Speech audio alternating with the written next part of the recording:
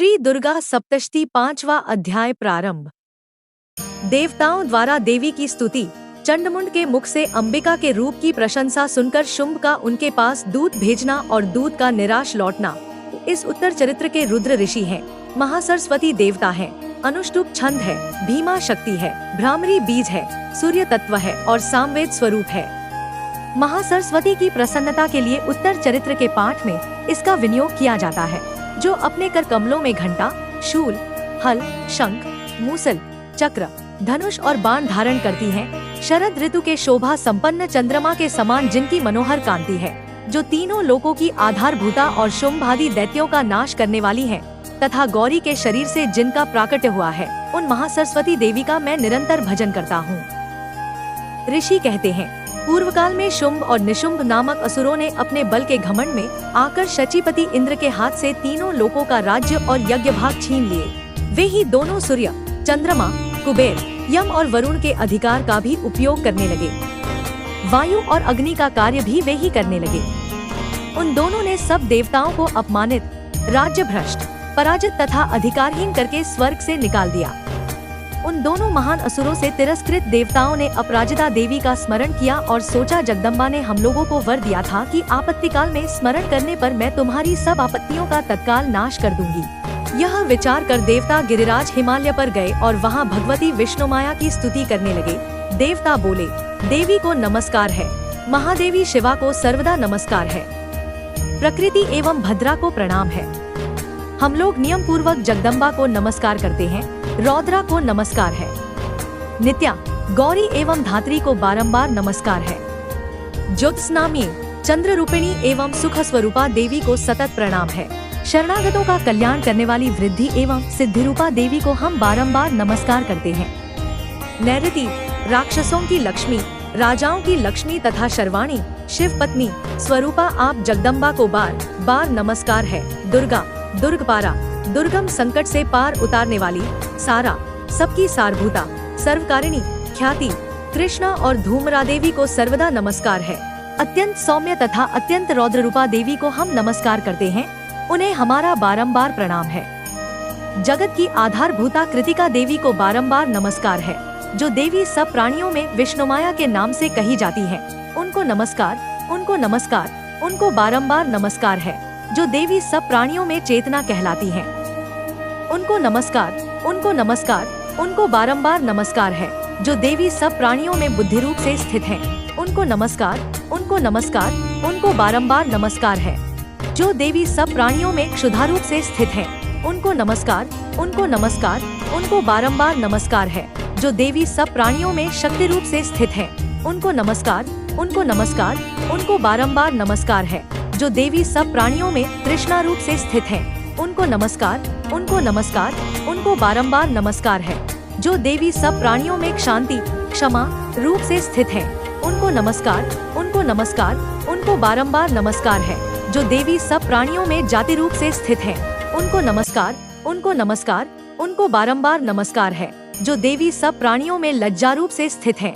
उनको नमस्कार, उनको नमस्कार, उनको बारंबार नमस्कार है, जो देवी सब प्राणियों में शांति रूप से स्थित है। उनको नमस्कार, उनको नमस्कार, उनको बारंबार नमस्कार है, जो देवी सब प्राणियों में श्रद्धा रूप से स्थित है। उनको नमस्कार, उनको नमस्कार, उनको बारंबार नमस्कार है, जो देवी सब प्राणियों में लक्ष्मी रूप से स्थित है। उनको नमस्कार, उनको नमस्कार, उनको बारंबार नमस्कार है, जो देवी सब प्राणियों में वृत्ति रूप से स्थित है।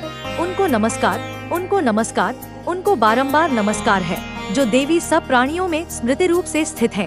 उनको नमस्कार, उनको नमस्कार, उनको बारंबार नमस्कार है, जो देवी सब प्राणियों में दया रूप से स्थित है। उनको नमस्कार, उनको नमस्कार, उनको बारंबार नमस्कार है, जो देवी सब प्राणियों में तुष्ट रूप से स्थित है। उनको नमस्कार, उनको नमस्कार, उनको बारंबार नमस्कार है, जो देवी सब प्राणियों में माता रूप से स्थित है। उनको नमस्कार, उनको नमस्कार, उनको बारंबार नमस्कार है, जो देवी सब प्राणियों में भ्रांति रूप से स्थित है। उनको नमस्कार, उनको नमस्कार, उनको बारंबार नमस्कार है। तो जीवों के इंद्रियवर की अधिष्ठात्री देवी एवं सब प्राणियों में व्याप्त रहने वाली है, उन व्याप्ति देवी को बारंबार नमस्कार है, जो देवी चैतन्य रूप से इस संपूर्ण जगत को व्याप्त करके स्थित है। उनको नमस्कार, उनको नमस्कार, उनको बारंबार नमस्कार है, पूर्वकाल में अपने अभीष्ट की प्राप्ति होने से देवताओं ने जिनकी स्तुति की तथा देवराज इंद्र ने बहुत दिनों तक जिनका सेवन किया, वह कल्याण की साधन भूता ईश्वरी हमारा कल्याण और मंगल करे तथा सारी आपत्तियों का नाश कर डाले करे। उद्दंड दैत्यों से सताए हुए हम सभी देवता जिन परमेश्वरी को इस समय नमस्कार करते हैं तथा जो भक्ति से विनम्र पुरुषों द्वारा स्मरण की जाने पर तत्काल ही संपूर्ण विपत्तियों का नाश कर देती हैं, वे जगदम्बा हमारा संकट दूर करें। ऋषि कहते हैं, राजन, इस प्रकार जब देवता स्तुति कर रहे थे उस समय पार्वती देवी गंगा जी के जल में स्नान करने के लिए वहां आई। आप लोग यहाँ किसकी स्तुति करते हैं? तब उन्हीं के शरीर कोश से प्रकट हुई शिवादेवी बोली, शुंभ दैत्य से तिरस्कृत और युद्ध में निशुंभ से पराजित हो यहाँ एकत्रित हुए ये समस्त देवता यह मेरी ही स्तुति कर रहे हैं। पार्वती जी के शरीर कोश से अंबिका का प्रादुर्भाव हुआ था, इसलिए वे समस्त लोकों में कौशिकी कही जाती हैं। कौशिकी के प्रकट होने के बाद पार्वती देवी का शरीर काले रंग का हो गया, अतः वे हिमालय पर रहने वाली कालिका देवी के नाम से विख्यात हुई। तदंतर शुंभ निशुंभ के भृत्य चंडमुंड वहां आए और उन्होंने परम मनोहर रूप धारण करने वाली अंबिका देवी को देखा। फिर वे शुंभ के पास जाकर बोले, महाराज, एक अत्यंत मनोहर स्त्री है जो अपनी दिव्य कांति से हिमालय को प्रकाशित कर रही है, वैसा उत्तम रूप कहीं किसी ने भी नहीं देखा होगा। असुरेश्वर, पता लगाइए वह देवी कौन है और उसे ले लीजिए। स्त्रियों में तो वह रत्न है, उसका प्रत्येक अंग बहुत ही सुंदर है तथा वह अपने श्री अंगों की प्रभा से संपूर्ण दिशाओं में प्रकाश फैला रही है। दैत्यराज, अभी वह हिमालय पर ही मौजूद है, आप उसे देख सकते हैं। प्रभो, तीनों लोकों में मणि, हाथी और घोड़े आदि जितने भी रत्न हैं, वे सब इस समय आपके घर में शोभा पाते हैं। हाथियों में रत्नभूत ऐरावत, यह पारिजात का वृक्ष और यह उच्चे श्रवा घोड़ा, यह सब आपने इंद्र से ले लिया है। हंसों से जुता हुआ यह विमान भी आपके आंगन में शोभा पाता है। यह रत्नभूत अद्भुत विमान जो पहले ब्रह्मा जी के पास था, अब आपके यहाँ लाया गया है। यह महापद्म नामक निधि आप कुबेर से छीन लाए हैं। समुद्र ने भी आपको किंजलकिनी नाम की माला भेंट की है जो केसरों से सुशोभित है और जिसके कमल कभी कुम्हलाते नहीं हैं। सुवर्ण की वर्षा करने वाला वरुण का छत्र भी आपके घर में शोभा पाता है तथा यह श्रेष्ठ रथ जो पहले प्रजापति के अधिकार में था, अब आपके पास मौजूद है। दैत्येश्वर, मृत्यु की उत्क्रांतिदा नाम वाली शक्ति भी आपने छीन ली है तथा वरुण का पाश और समुद्र में होने वाले सब प्रकार के रत्न आपके भाई निशुंभ के अधिकार में हैं। अग्नि ने भी स्वतः शुद्ध किए हुए 2 वस्त्र आपकी सेवा में अर्पित किए हैं। दैत्यराज, इस प्रकार सभी रत्न आपने एकत्र कर लिए हैं।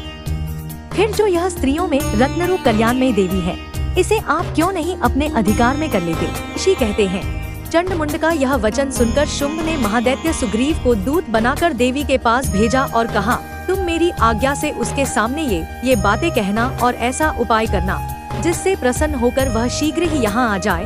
वह दूत पर्वत के अत्यंत रमणीय प्रदेश में जहाँ देवी मौजूद थी गया और मधुर वाणी में कोमल वचन बोला। दूत बोला, देवी, दैत्यराज शुंभ इस समय तीनों लोकों के परमेश्वर हैं। मैं उन्हीं का भेजा हुआ दूत हूँ और यहाँ तुम्हारे ही पास आया हूँ। उनकी आज्ञा सदा सब देवता एक स्वर से मानते हैं, कोई उसका उल्लंघन नहीं कर सकता। वे संपूर्ण देवताओं को परास्त कर चुके हैं। उन्होंने तुम्हारे लिए जो संदेश दिया है उसे सुनो। संपूर्ण त्रिलोकी मेरे अधिकार में है, देवता भी मेरी आज्ञा के अधीन चलते हैं। संपूर्ण यज्ञों के भागों को मैं ही पृथक पृथक भोगता हूँ। तीनों लोकों में जितने श्रेष्ठ रत्न हैं, वे सब मेरे अधिकार में हैं। देवराज इंद्र का वाहन ऐरावत जो हाथियों में रत्न के समान है, मैंने छीन लिया है। क्षीर सागर का मंथन करने से जो अश्वरत्न उच्चे श्रवा प्रकट हुआ था, उसे देवताओं ने मेरे पैरों पर पड़कर समर्पित किया है। सुंदरी, उनके सिवा और भी जितने रत्नभूत पदार्थ देवताओं, गंधर्वों और नागों के पास थे, वे सब मेरे ही पास आ गए हैं। देवी, हम लोग तुम्हें संसार की स्त्रियों में रत्न मानते हैं, अतः तुम हमारे पास आ जाओ, क्योंकि रत्नों का उपभोग करने वाले हम ही हैं। मेरा वरण करने से तुम्हें तुलनारहित महान ऐश्वर्य की प्राप्ति होगी। अपनी बुद्धि से यह विचार कर तुम मेरी पत्नी बन जाओ। ऋषि कहते हैं, दूत के यो कहने पर कल्याणमयी भगवती दुर्गा देवी, जो इस जगत को धारण करती है, मन गंभीर भाव से मुस्कुराई और इस प्रकार बोली। देवी ने कहा, दूत, तुमने सत्य कहा है, इसमें तनिक भी मिथ्या नहीं है। शुंभ तीनों लोकों का स्वामी है और निशुंभ भी उसी के समान पराक्रमी है, किंतु इस विषय में मैंने जो प्रतिज्ञा कर ली है उसे मिथ्या कैसे करूं? मैंने अपनी अल्प बुद्धि के कारण पहले से जो प्रतिज्ञा कर रखी है उसे सुनो। जो मुझे संग्राम में जीत लेगा, जो मेरे अभिमान को चूर्ण कर देगा तथा संसार में जो मेरे समान बलवान होगा वही मेरा स्वामी होगा। इसलिए शुंभ अथवा महादैत्य निशुंभ स्वयं ही यह पधारे और मुझे जीतकर शीघ्र ही मेरा पाणी ग्रहण कर लें। इसमें विलंब की क्या आवश्यकता है? तुम घमंड में भरी हो, मेरे सामने ऐसी बातें न करो। तीनों लोगों में कौन ऐसा पुरुष है जो शुंभनिशुंभ के सामने खड़ा हो सके? दूत बोला, देवी देवी, अन्य दैत्यों के सामने भी सारे देवता युद्ध में नहीं ठहर सकते, फिर तुम अकेली स्त्री होकर कैसे ठहर सकती हो? जिन शुंभ आदि दैत्यों के सामने इंद्र आदि सब देवता भी युद्ध में खड़े नहीं हुए, उनके सामने तुम स्त्री होकर कैसे जाओगी? देवी ने कहा, तुम्हारा कहना ठीक है, शुंभ बलवान है और निशुंभ भी बड़ा पराक्रमी है, किंतु क्या करूं? मैंने पहले बिना सोचे समझे प्रतिज्ञा कर ली है, अतः अब तुम जाओ। मैंने तुमसे जो कहा है वह सब दैत्यराज से आदरपूर्वक कहना, फिर वे जो उचित जान पड़े करें। इस प्रकार श्री मार्कंडेय पुराण में सावर्णिक मनवंतर की कथा के अंतर्गत देवी महात्म्य में देवीदूत संवाद नामक 5वां अध्याय पूरा हुआ। आगे की वीडियो देखने के लिए please like, share, subscribe and press the bell icon. Thank you for watching my videos.